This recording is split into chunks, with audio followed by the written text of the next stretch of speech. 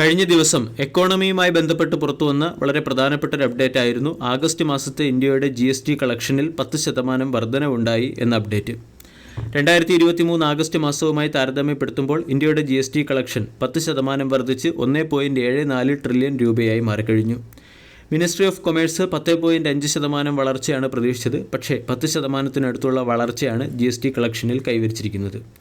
Consumption of good and സർവീസിൻ്റെ robust performance തന്നെയാണ് GST revenue collection ഉയരാനുള്ള പ്രധാന കാരണം.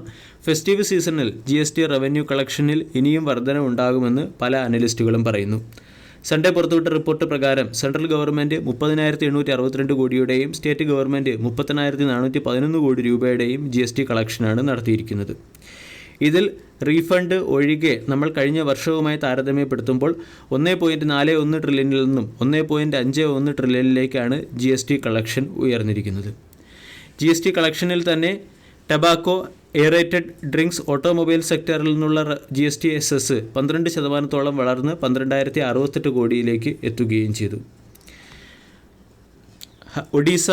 ഡൽഹി, ഒഡീസ, ഹരിയാന, ഉത്തർപ്രദേശ്, മധ്യപ്രദേശ്, കർണാടക തുടങ്ങിയ സ്റ്റോക്കുകളിൽ GST റവന്യൂവിൽ 10% വളർച്ചയും എക്സ്പാൻഷനും കാണാൻ സാധിച്ചപ്പോൾ അരുണാചൽ പ്രദേശ്, നാഗാലാൻഡ്, മേഘാലയ, മിസോറാം തുടങ്ങിയ യൂണിയൻ ടെറിട്ടറീസിൽ GST റവന്യൂ കളക്ഷനിൽ കോൺട്രാക്ഷൻ കാണാൻ സാധിച്ചു.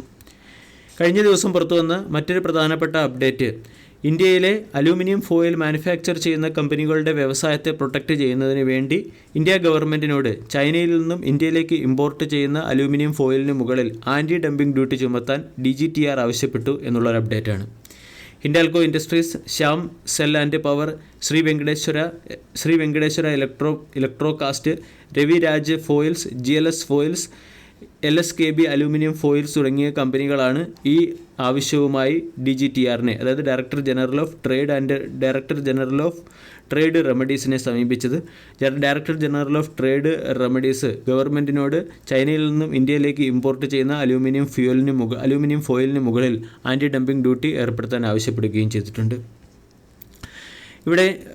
ഇവിടെ പെർ ടണ്ണിന് 619 മുതൽ 873 രൂപ വരെയുള്ള $873 വരെയുള്ള ആൻറ്റി ഡംപിംഗ് ഡ്യൂട്ടി ആയിരിക്കും ചുമത്തുക.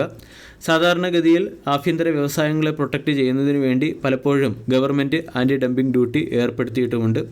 ഇന്ത്യയും ചൈനയും തമ്മിലുള്ള ട്രേഡ് റിലേഷൻ നമ്മൾ നോക്കുകയാണെങ്കിൽ ഇന്ത്യയിൽ വളരെ വലിയ ഏകദേശം $85 ബില്യൺ ട്രേഡ് ഡെഫിസിറ്റാണ് കാണുന്നത്. ഈ ട്രേഡ് ഡെഫിസിറ്റിനെ മറികടക്കുന്നതിന് വേണ്ടി ഗവൺമെൻറ് ഇന്ത്യയിലെ പ്രൊഡക്ഷനെ പ്രോത്സാഹിപ്പിക്കുകയും പ്രൊഡക്ഷൻ ലിങ്ക്ഡ് ഇൻസെൻറ്റീവ് സ്കീം പോലുള്ള പല സ്കീമുകൾ പ്രൊമോട്ട് ചെയ്യുകയും ചെയ്യുന്നുണ്ട്. അതിൻ്റെ പശ്ചാത്തലത്തിൽ ഗവൺമെൻറ് ഈ കമ്പനികൾക്ക് മുകളിൽ ഗവൺമെൻറ് അലൂമിനിയം ഫോയിൽ മാനുഫാക്ചറിംഗ് സെഗ്മെൻറ്റിൽ ആൻറ്റി ഡംപിംഗ് ഡ്യൂട്ടി വരുത്താനുള്ള സാധ്യത കൂടുതലാണ്. ഈ സെഗ്മെൻറ്റിൽ SRF എന്ന സ്റ്റോക്ക് അലൂമിനിയം ഫോയിൽ മാനുഫാക്ചർ ചെയ്യുന്ന ഒരു കമ്പനിയാണ്. SRF എന്ന സ്റ്റോക്കിൽ ഇന്ന് ബൈയിങ് മൊമെൻറ്റം കാണുന്നുണ്ട്. സ്റ്റോക്കിൽ breakout trading point of view നമ്മൾക്ക് പരിഗണിക്കാം. ടെക്നിക്കലി സ്റ്റോക്ക് റൗണ്ടിംഗ് ബോട്ടം രീതിയിലുള്ള ക്യാൻഡിൽ പാറ്റേൺ ഫോർമേഷനിലേക്ക് എത്തിക്കഴിഞ്ഞു. 2600 മുകളിൽ സ്റ്റോക്ക് സസ്റ്റെയിൻ ചെയ്താൽ 2650, 2700 തുടങ്ങിയ ലെവലുകളിലേക്ക് ഉയരാൻ സാധ്യതയുണ്ട്. 2450 കമ്പനിയുടെ സ്ട്രോങ് സപ്പോർട്ടും SL റേഞ്ചുമാണ്. വീഡിയോ എല്ലാവർക്കും ഇഷ്ടമായി എന്ന് വിശ്വസിക്കുന്നു. Thank you.